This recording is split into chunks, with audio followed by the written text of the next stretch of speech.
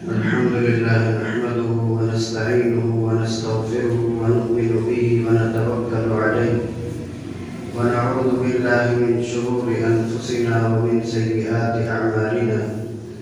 من يهده الله فلا مضل له ومن يضلله فلا هادي له. أما بعد فقد قال الله تبارك وتعالى في كلامه المجيد والفرقان الحميد: أعوذ بالله من الشيطان الرجيم. بسم الله الرحمن الرحيم. فيه رجال يحبون أن يتطهروا والله يحب المطهرين. وعن ابن عمر رضي الله عنهما عن النبي صلى الله عليه وسلم قال: لا تقبل صلاة بغير طهور ولا صدقة من غلول. صدق الله مولانا العظيم وصدق رسوله النبي الكريم ونحن على ذلك لمن الشاهدين والشاكرين والحمد لله رب العالمين. حاضرین محترم، میں نے جو آیت خطبے میں آپ کے سامنے ابھی پڑھی ہے، اس میں اللہ تعالیٰ نے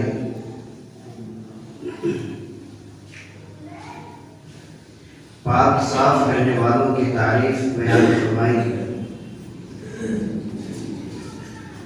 آج کے کا جو عنوان ہے وہ طہارت ہی سے متعلق ہے۔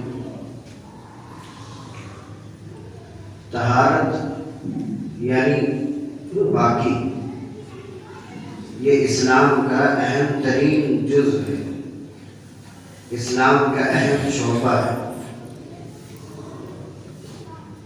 پاکی کو نبی کریم صلی اللہ علیہ وسلم نے ارشاد فرمایا کہ الطہور شطر الایمان، کہ پاکی ایمان کا حصہ ہے، ایک جزء ہے۔ اور دوسری حدیث میں فرمایا کہ الطہور نصف الایمان، کہ پاکی آدھا ایمان ہے۔ اس لیے کہا کہ پاکی کے بغیر نہ نماز مقبول ہے، نہ روزہ مقبول ہے، اور نہ حج مقبول ہے۔ روزہ تو کسی معنی ادا ہو جاتا ہے، لیکن ثواب میں کمی آ جاتی ہے۔ بغیر پاکی کے آدمی روزہ رکھے تو روزہ تو ادا ہو جائے گا، لیکن جو ثواب ملنا تھا وہ ثواب اس میں نہیں ملے گا۔ لیکن نماز بغیر طہارت کے نامکمل ہے۔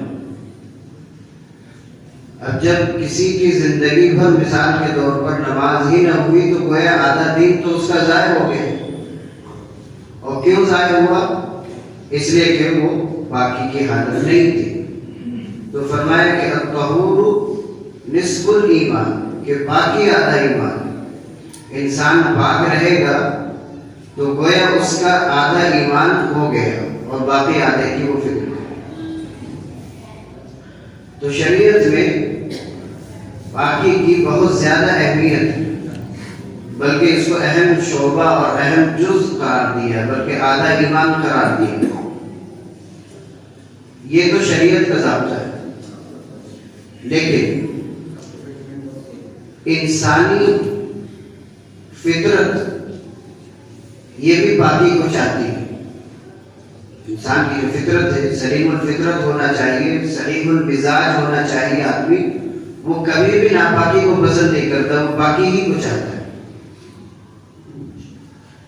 مثال کے طور پر انسان استنجے کے لیے جاتا ہے تو جب تک استنجے کو وہ پانی سے دھو نہیں لیتا ہے، استنجا نہیں کر لیتا ہے، اس کو اطمینان نہیں ملتا کہ کہیں کپڑے پر نجاست نہ لگ جائے، کپڑے کے اندر مہک نہ آ جائے۔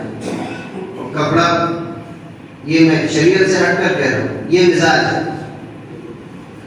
تو بغیر پانی استعمال کی آدمی وہاں سے باہر نہیں آتا۔ اسی طرح بیت الخلا ہے، وہاں بھی آدمی جب تک اس مقام کو صحیح طور پر صاف نہیں کر لیتا اس کو اطمینان نہیں ہوتا اسی طرح انسان کی ایک کیفیت ہے حالت جنابت کی. جب وہ رات میں ناپاک ہو جاتا ہے تو جب تک وہ ناپاکی دور نہیں کر لیتا اس کی طبیعت کے اندر فرحت خوشی نہیں محسوس ہوتی. وہ ایک عجیب طرح کی کیفیت محسوس کرتا ہے. ہر شخص اس کو سمجھ سکتا ہے کہ جہاں آدمی ناپاک ہوا وہ اس فکر میں رہتا ہے کہ میں کیسے نہاؤں اور نہا کر کے اپنے بدن کو ہلکا کروں. یہ انسانی فطرت بھی. تو اللہ تعالیٰ نے اسلام کو انسانی فطرت سے بہت شریعت کو مشابہت کی کہ آدمی پاک رہنا چاہتا ہے. اور شریعت کا بھی مزاج یہی ہے. اللہ نے فرمایا کہ ان اللہ جمیل، یہ حدیث قدسی کہلاتی ہے. ان اللہ جمیل یحب الجمال، کہ اللہ تعالیٰ خوبصورت ہے، خوبصورتی کو پسند فرماتے ہیں. والطیب، اور اللہ پاک ہے. یحب الطیب، پاکی کو ہی پسند کرتا ہے. تو انسان بھی پاکی کو پسند کرتا ہے اور اللہ تعالیٰ بھی پاکی کو پسند فرماتے ہیں. اسی طرح طہارت یعنی پاکی یہ ملائکہ سے ایک گنا مشابہت پیدا کرتی ہے. پاکی ملائکہ سے، فرشتوں سے ایک گنا مشابہت پیدا کرتی ہے. کیسے؟ اس لیے کہ فرشتے انسانی چیزوں سے محفوظ ہیں. نہ ان کو استنجے کی ضرورت ہے، نہ بیت الخلا کی ضرورت ہے، نہ وہ ناپاک ہوتے ہیں، کچھ نہیں ہوتے. تو وہ گویا ہمیشہ پاک ہوتے ہیں. تو جو انسان پاک رہے گا وہ فرشتوں کے ساتھ اس کی مشابہت ہوگی. اس کے برخلاف انسان اگر ناپاک رہتا ہے تو ناپاکی کس کو پسند ہے؟ شیطان کو پسند ہے. تو جو انسان ناپاک رہتا ہے اس کی مشابہت شیطان کے ساتھ ہو جاتی ہے. جب انسان پاک رہتا ہے تو اس کے دل کے اندر نیک اعمال کرنے کی خواہش پیدا ہوتی ہے. اور جب انسان ناپاک ہوتا ہے تو اس کے اندر شیطان اپنا گھر بنا لیتا ہے، وسوسے میں اس کو مبتلا کرتا ہے. اس لیے شریعت نے ہمیشہ پاک رہنے کا حکم کرنا ہے کہ تم اگر ظاہری نجاستوں سے پاک ہو، وضو نماز تمہیں پڑھنا ہے، وضو کر کے نماز پڑھو. بظاہر تمہارے جسم پر کوئی ناپاکی نہیں، تم اپنے آپ کو پاک و صاف محسوس کر رہے ہو، لیکن ایک حکمی نجاست تمہارے اندر آئی ہے. ایک وہ نجاست جو تمہیں نظر نہیں آتی، تو تم وضو کرو، باوضو رہو اور وضو ہی کے ساتھ نماز پڑھو. اس لیے کہ جب انسان وضو کرے گا تو وضو کے اثرات اس پر مرتب ہوں گے، اور باوضو رہنے سے انسان پاک و صاف رہتا ہے. فرشتوں کی مشابہت اس کو حاصل ہوتی ہے، تو فرشتے نیک اعمال ہی ہر ہمیشہ کرتے ہیں، تو یہ بھی انسان نیک عمل کرے. اس لیے ہمیشہ باوضو رہنے کا حکم ہے کہ وضو پر پابندی سوائے مومن کے کوئی کر ہی نہیں سکتا. کوئی انسان ہر ہمیشہ پاک و صاف رہے، مسلمان کیا رہا، اور باوضو رہے نہیں رہ سکتا. چہرہ دھو لینے سے انسان کا وضو نہیں ہو جاتا. صرف ہم نے چہرے دھونے کو خوب توجہ دی کہ جب موقع ملا چہرہ دھو لیا، جب موقع ملا چہرہ دھو لیا. لیکن حکم یہ ہے کہ آپ ہر ہمیشہ باوضو رہیں، ہر ہمیشہ باوضو. جب آپ کا وضو ٹوٹ جائے آپ وضو کر لیں. یہ شریعت نے ضابطہ دیا. ہمارے جو بزرگان دین ہیں ان کا معمول ہے کہ وہ ہر ہمیشہ باوضو رہتے ہیں، اس لیے کہ باوضو رہنے کا ایک اثر. بہرحال تو طہارت اسلام کا اہم ترین جز ہے. اب آپ کو سمجھنا ہے کہ طہارت کی 3 قسمیں ہیں، 3 طرح کی پاکی ہے. ایک یہ ہے کہ آدمی حدث سے پاک ہو. حدث کہتے ہیں وضو یا غسل کے ٹوٹ جانے کو حدث کہتے ہیں. وضو یا غسل کے ٹوٹ جانے کو حدث کہتے ہیں. تو آدمی حدث سے پاک رہے. اگر وضو ٹوٹا ہے تو وضو کرے, اور غسل نہیں ہے تو غسل کرے. ہمیشہ انسان پاک و صاف رہے, یہ اعلیٰ قسم کی پاکی ہے. ایک یہ ہے کہ بدن پر کہیں نجاست لگی ہے, کوئی ناپاکی لگی ہوئی ہے, اس کو دور کرنا, یہ بھی انسان کے لیے ضروری ہے. مثال کے طور پر کپڑے پر کہیں کوئی ناپاکی لگ گئی, اب جب تک یہ ناپاکی صاف نہیں ہوگی ہمیں اطمینان نہیں ملتا. یہ گندا دکھ رہا ہے, یہ گندا دکھ رہا ہے, ناپاک دکھ رہا ہے, تو جب تک اس کو ہم صاف نہیں کر لیتے ہمیں اطمینان نہیں ہوتا. تو یہ بھی ایک بدن کی جسمانی یا کپڑوں کے اوپر جو ناپاکی لگی اس کو بھی پاک کرنا, یہ بھی طہارت کہلاتی ہے. ایک طہارت ہے ہمارے جسم کے بعض اعضاء, ان کی طہارت. جیسے صبح روزانہ ہم کیا کرتے ہیں, برش کرتے ہیں, یہ منہ کی صفائی, یہ منہ کی طہارت. اسی طرح زیر ناف بال صاف کرنا, بغل کے نیچے کے بال صاف کرنا, یہ بھی طہارت کے اندر داخل ہے. تو جتنی طہارتیں آتی ہیں ساری طہارتیں اسلام کا جز ہے, ساری طہارتیں اسلام کا جز ہے. کسی قوم کے اندر ایسا ہے کہ وہ اپنے جسم کے اگے ہوئے کسی بال کو وہ نہیں کاٹتے. شریعت کا یہ مزاج نہیں, شریعت کا یہ مزاج نہیں. شریعت کا مزاج پاک مزاج ہے, اس کا مزاج پاک ہے. وہ گندگی کو پسند نہیں کرتا, وہ مہک کو پسند نہیں کرتا, وہ بدبو کو پسند نہیں کرتا.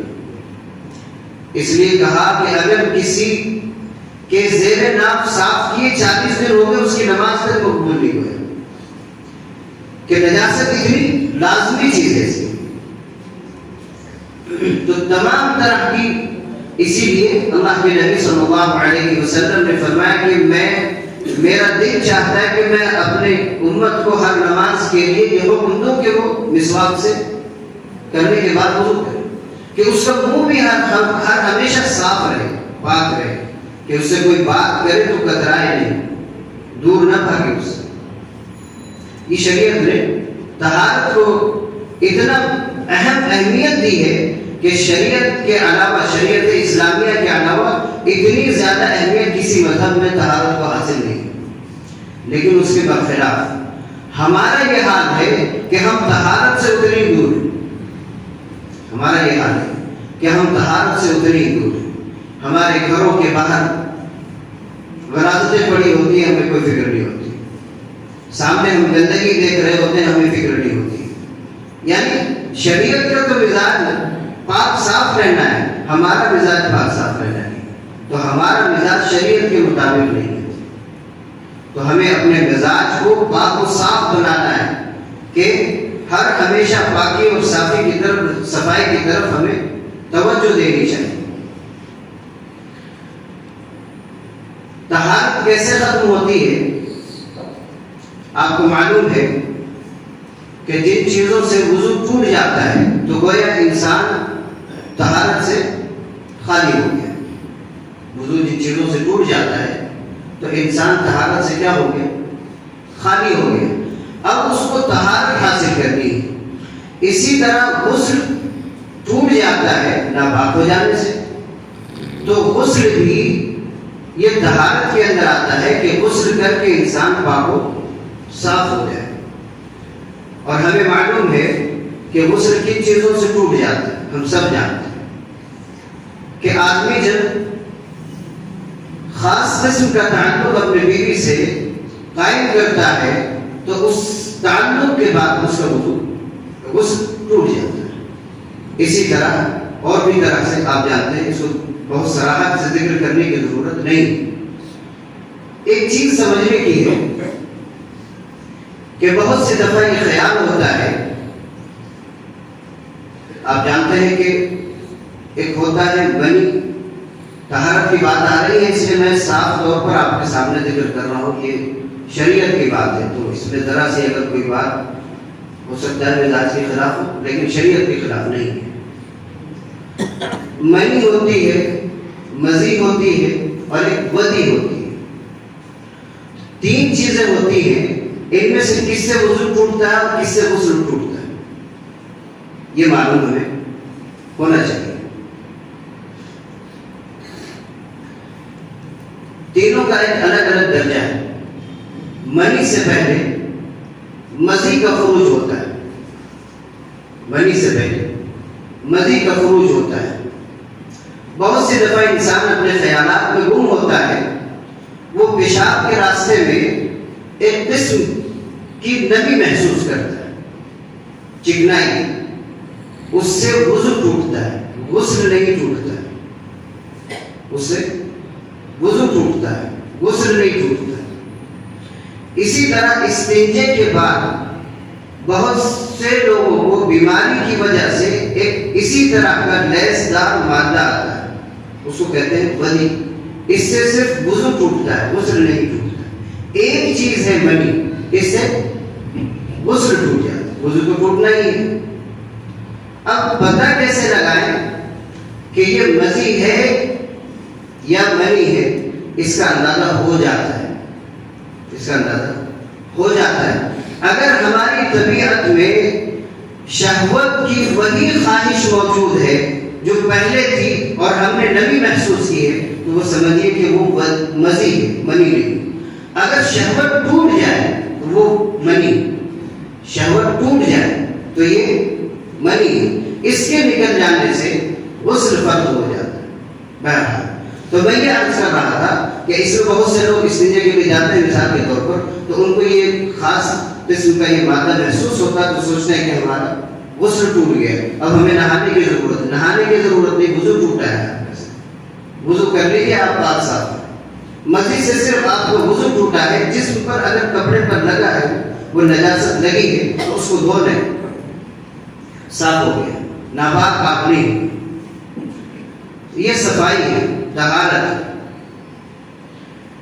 جب انسان کا غسل ختم ہو جاتا ہے، غسل ٹوٹ جاتا ہے، تو اس کے اوپر ضروری ہے کہ وہ غسل کرے، اس کے لیے ضروری ہے کہ وہ غسل کرے۔ اور ہمیں معلوم ہے کہ غسل میں 3 چیزیں فرض ہیں، غسل میں 3 چیزیں فرض ہیں۔ نمبر 1 کلی کرنا ہے، کہ خوب اچھی طرح سے منہ میں پانی ڈالے اور حلق کے قریب تک پانی پہنچے، جس کو گرگرا کر کے آدمی اوپر پہنچاتا ہے، تاکہ منہ کے اندر ہر حصے تک پانی پہنچ جائے۔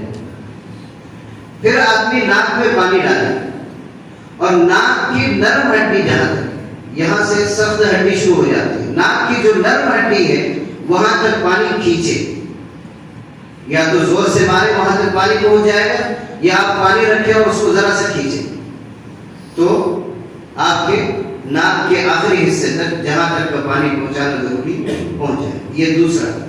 اور تیسرا فرض ہے کہ اپنے جسم کے پورے حصے پر پانی بہائے، پورے حصے پر، جسم کا ایک حصہ بھی سوکھا نہ رہے، بال کے برابر بھی، تو غسل ہوتا ہے۔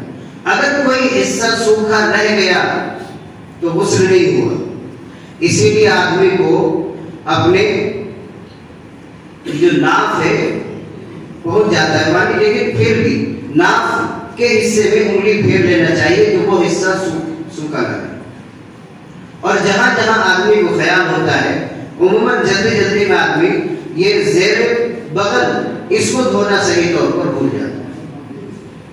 یہاں پانی کا پہنچانا ضروری، ایک حصہ بھی سوکھا رہا تو اس کا غسل نہیں ہوا۔ اب بات آئی کہ ہم نے غسل کر لیا، جلدی میں ہم نے غسل کر لیا، پورے بدن پر پانی تو بہا دیا ہم نے، نہ ناک میں پانی ڈالا نہ کلی کی۔ کبھی ایسا ہو سکتا ہے، ہوتا بھی، نہا کے ہم باہر نکل آئے، اب پتہ چلا کہ ہم نے تو کلی نہیں کی تھی، ہم نے تو ناک میں ہی پانی نہیں ڈالا تھا، ہمارا غسل ہوا یا نہیں ہوا؟ تو ظاہر ہے کہ غسل نہیں ہوا۔ اب کیا کریں؟ دوبارہ نہائیں؟ تو دوبارہ نہانے کی ضرورت نہیں، آپ ناک میں پانی ڈال لیں 3 دفعہ اور 3 دفعہ کلی کر لیں، آپ کا غسل مکمل ہو گیا۔ جسم کا کوئی حصہ سوکھا رہ گیا، آپ نہا کے نکلے اور دیکھا کہ یہ حصہ سوکھا ہے، اس حصے پر پانی بہا دیں، پوچھ لیں نہیں، پانی بہا لیں تو وہ حصہ گیلا ہو جائے گا اور گیلا ہو جانے سے آپ پاک ہو. مثال کے طور پر ایڑی سوکھی رہے گی, کسی وجہ سے ایڑی سوکھی رہے گی, وضو کر کے آئے ایڑی سوکھی, تو ہم اپنا گیلا ہاتھ اگر پھیریں گے ایڑی کے پاس, وہ گیلا تو ہو جائے گا لیکن اس کو دھونا نہیں کہیں گے. جب تک اس میں سے پانی کا قطرہ نہ ٹپکے تب تک وہ دھونا نہیں کہلائے. ایک قطرہ ہی کیوں نہ ہو, پانی اس طرح بہایا جائے, بہانا مراد ہے کہ بہہ کر کے نیچے اتر جائے. تو جو حصہ گیلا ہے, اس گیلے سوکھا ہے, اس سوکھے حصے پر آپ پانی ڈالیں, پانی بہہ کر کے نیچے آ جائے, آپ کے بدن سے گر جائے, یہ پاکی ہوگی. یہ طریقہ ہے پاکی حاصل کرنے کا.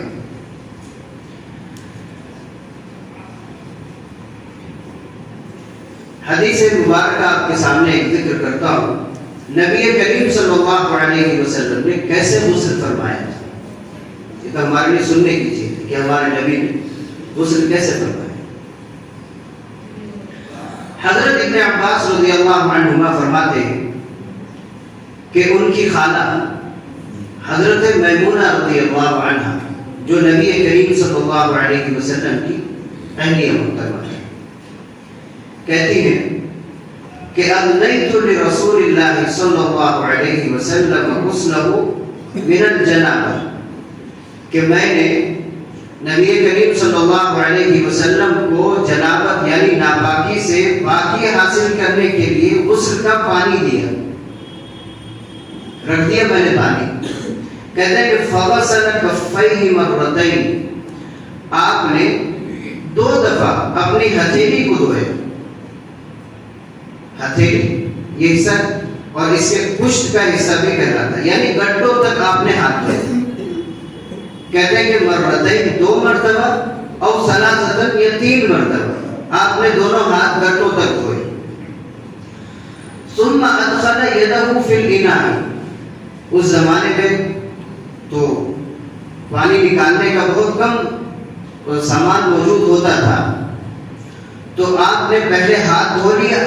ہاتھ میں جو ناپاکی لگنے کی جو وہم اور شک ہوتا ہے یا ناپاکی لگی ہے وہ تو پاک ہو گئی.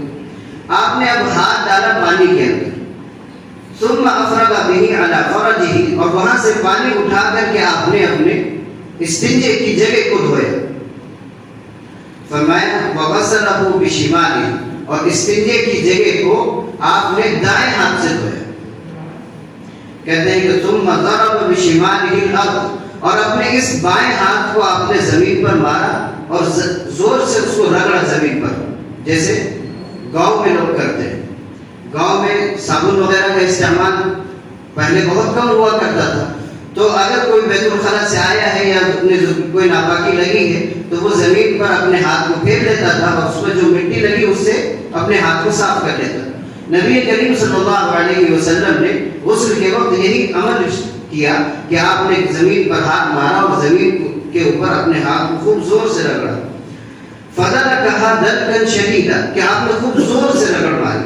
ثم توضأ, اب یہ ہو گیا باقی, یعنی یہ طریقہ ہے کہ اگر آدمی جنابت کا غسل کرے تو سب سے پہلے شرمگاہ دھوئے اور دھونے کے لیے الٹے ہاتھ بائیں ہاتھ کا استعمال کرے, اور پھر استعمال کے بعد اس ہاتھ کو پاک اور صاف بھی کر لے, دھو لے اچھے طریقے سے. اب طریقہ یہ ہوتا ہے کہ ثم توضأ وضوءه للصلاة, پھر آپ نے نماز کے لیے جیسے وضو کرتے ہیں وضو فرمائے. آپ نے جیسے نماز کے لیے وضو کرتے ہیں اس طرح سے وضو کیا. ثم افرغ على رأسه 3 حفنات من اكفه, تو جگ وغیرہ تو تھا نہیں اس وقت, آپ نے پانی میں اپنا ہاتھ مارا اور پانی لے کر کے اپنے سر پر 3 دفعہ پانی ڈالا, اور اوپر جب پانی ڈالا جاتا ہے تو نیچے تک بہتا ہے. پھر آپ نے کہا کہ ثم سائر جسدی, اب آپ نے پورے جسم پر پانی بہایا, اور پانی بہانے کے بعد ثم یعنی آپ نہا چکے, مکمل ہو گیا آپ کا غسل, تو کہتے ہیں ثم تنحى عن مقامه ذلك, تو آپ اس مقام سے جہاں آپ غسل کر رہے تھے وہاں سے باہر تشریف لائے. فغسل رجليه, اور اپنے دونوں پیروں کو دھو لیا. یہ طریقہ ہے اس جگہ کا جہاں پانی جمع ہوتا ہے, جہاں ہم غسل کر رہے ہوں اور نیچے پانی جمع ہو رہا ہو تو اس کا طریقہ یہ ہے کہ جب آپ غسل خانے سے باہر نکلے تو اپنے پیروں کو دھو لیں، کہ جو پانی چونکہ ناپاک ہے وہ ناپاک پانی آپ کے بدن پر لگا ہوگا، اس کو باہر نکل کر کے آپ دھو لیں۔ وہ زمانہ تھا کہ پانی غسل خانے کے اندر پڑا رہتا، آج تو پانی کچھ نہیں رہتا، غسل خانے میں سارا باہر ہو جاتا ہے، تو آپ نے پیر دھو لیا، غسل کر لیا تو آپ کا غسل ہو گیا، باہر آ کر کے آپ کو پیر دھونے کی ضرورت نہیں ہے۔ لیکن اگر وہاں پھر بھی پانی باقی ہو تو آپ باہر آ کر کے پیر دھو۔ ثم اتیتہ بالمندیل، تو کہتے ہیں کہ حضرت میمونہ فرماتی ہے کہ جب آپ غسل مکمل کر چکے تو میں ٹاول لے کر کے، مندیل کا ترجمہ رومال وغیرہ سے کیا جاتا ہے، میں لے کر کے حاضر ہوئی کہ آپ اپنا جسم مبارک پہنچے۔ تو کہتے ہیں فرد، آپ نے کہا کہ واپس لے جاؤ، مجھے اس کی ضرورت نہیں ہے، اور آپ نے اپنے بدن کو اپنے ہاتھوں سے جھاڑ دیا اس طرح کر کے، اور پانی اتر گیا اور کپڑے پہن کر آپ باہر تشریف لے آئے۔ تو یہ پوچھ لینا کوئی ناجائز عمل نہیں ہے، آدمی پوچھ لے کہ اس کو باہر کی جگہ کو گیلی، باہر کی جگہ گیلی نہ ہو جائے، تو آپ پوچھنا چاہے پوچھ سکتا ہے، لیکن نبی کریم صلی اللہ علیہ وسلم نے واپس کر دیا اور اپنے بدن کو جھٹک لیا اپنے ہاتھ سے کہ پانی جو تھا وہ بدن کے اوپر وہ صاف ہو کے گر گیا۔ تو یہ نبی کریم صلی اللہ علیہ وسلم کا غسل تھا کہ آپ اس طرح سے غسل فرماتے ہیں۔ اب وضو کی بات آتی ہے کہ وضو کا طریقہ آپ کو معلوم ہے، احادیث میں تینوں طریقے سے وضو کرنے کا حکم ہے کہ آپ نے ایک مرتبہ وضو کر کے بتایا کہ پہلے آپ نے فرائض وضو جتنے اعضاء دھونے ضروری ہیں ان کو ایک ایک دفعہ دھو کر کے بتایا کہ یہ اس طرح وضو کرتے ہیں۔ پھر کبھی آپ نے وضو کیا اور اپنے اعضاء کو دو دو مرتبہ دھو کر کے بتایا کہ اس طرح کا وضو کرتے ہیں۔ پھر آپ نے اپنے اعضاء کو 3 مرتبہ دھویا اور دھو کر فرمایا کہ یہ اس طرح کا وضو ہوتا ہے یا عقیہ کا وضو۔ تو اگر مجبوری ہو، پانی کم ہو کسی وجہ سے، تو ایک دفعہ اگر ان اعضاء کو جس کا دھونا وضو میں ضروری ہے ایک ایک دفعہ دھو لیا جائے تو وضو مکمل ہو جاتا ہے۔ 2 مرتبہ دھونے سے بھی، 3 مرتبہ دھونے سے تو مکمل، 3 سے زائد مرتبہ اپنے اعضاء کو نہ دھویا جائے، 3 سے زیادہ نہیں۔ ایک اور بات آتی ہے کہ کھڑے ہو کر پیشاب کرنا جائز ہے یا ناجائز۔ کبھی ایسا ہوتا ہے کہ کوئی ایسی جگہ ہو گئی جہاں ہمیں بیٹھ کر استنجا کرنے کی گنجائش ہی نہیں، کیا کرے اس کو؟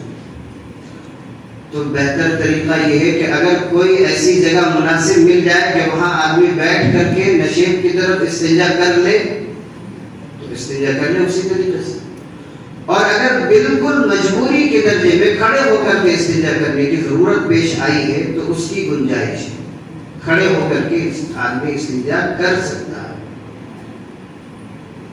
لیکن جو آج کل کے جو استنجا خانہ جو جگہ جگہ پر بنا ہوتا ہے وہ استنجا خانہ اتنی اونچائی پر رہتا ہے، اگر کوئی استنجا کرنے کے لیے وہاں وہ اپنے فارغ ہونے کے لیے گیا اور استنجا کا چھینٹے سے وہ استنجے کے بچ رہا ہے تو اس کی گنجائش ہے، استنجے کے چھینٹے سے وہ بچ رہا ہے تو گنجائش کر سکتا ہے۔ مجبوری اگر استنجے کا چھینٹا اس کے اوپر پڑ رہا ہے تو اس کا کپڑا تو ناپاک ہو گیا، اور جسم پر لگا تو جسم بھی ناپاک ہو، اس حصے کو دھونا، نہانا ضروری نہیں ہے، دھونا ضروری ہے۔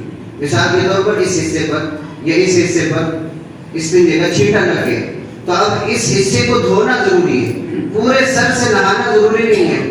یہ آپ کا جسم ناپاک ہوا ہے، آپ ناپاک نہیں ہوئے مکمل، تو جسم کا ایک عضو ناپاک ہوا۔ نبی کریم صلی اللہ علیہ وسلم نے ایک دفعہ کھڑے ہو کر کے بھی استنجا فرمایا ہے۔ صحابہ نے ایک ایک چیز کو بیان کیا ہے اس امت کے لیے کہ دیکھو ہمارے نبی کا یہ طریقہ بھی تھا، کبھی اگر مجبوری کی چیز پیش آ جاتی تھی تو آپ ایسے بھی استنجا کر لیتے تھے۔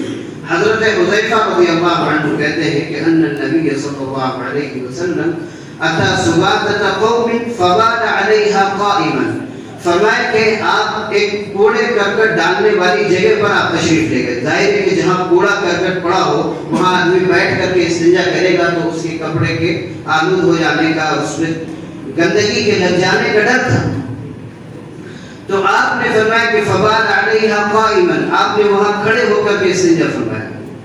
فأتيته بوضوء، تو میں نے وضو کا پانی میں لے کر کے آیا، فذهبت لأتأخر عنه، اور میں آپ کو استنجے کا پانی دے کر کے، وضو کا پانی دے کر کے واپس پیچھے آنے لگا، تو فرمایا کہ فدعانی، مجھے بلایا کہ ادھر آؤ، حذیفہ ادھر آؤ، حتی كنت عند عقبیہ، اور فرمایا کہ یہی کھڑے رہو میرے سامنے. تو آپ ادھر استنجا کر رہے ہیں مثال کے طور پر، آپ کی پشت کی جانب، آپ کے پشت کی جانب پیروں کے پاس، ایڑیوں کے پاس آپ کھڑے تھے. کون؟ حضرت حذیفہ. کہتے ہیں کہ پھر آپ نے وضو فرمایا، فتوضا، آپ نے وضو فرمایا، ومسح علی خفیہ، اور اپنے خفین پر، موزوں پر مسح فرمایا. موزہ کون سا؟ چمڑے والا، جس کو خفین کہا جاتا ہے. اس موزے پر آپ نے مسح فرمایا، یعنی جن اعضاء کو دھونا تھا دھو لیا، اور آپ نے خفین پہنا ہوا تھا، خفین پر مسح کر لیا. یہ خفین پر مسح کرنے کی اجازت والی بھی حدیث ہے، اور اس میں بدرجہ مجبوری اگر کسی کو کھڑے ہو کر کے استنجا کرنے کی ضرورت ہے، اس سے متعلق بھی یہ حدیث ہے. لیکن آپ کا معمول کھڑے ہو کر استنجا کرنے کا نہیں تھا، یہ انسان کی طبیعت کے خلاف ہے کھڑے ہو کر کے استنجا کرنا. تو نبی کریم صلی اللہ علیہ وسلم نے کبھی ایسا بھی عمل کیا جبکہ اگر کسی وجہ سے گنجائش نہ ہو، مجبوری ہو، تو انسان کھڑے ہو کر کے استنجا کر سکتا ہے. شرط یہ ہے کہ اس کا جسم اور اس کا جو کپڑا اس نے پہن رکھا ہے اس کو پاک و صاف رکھے. باقی انشاءاللہ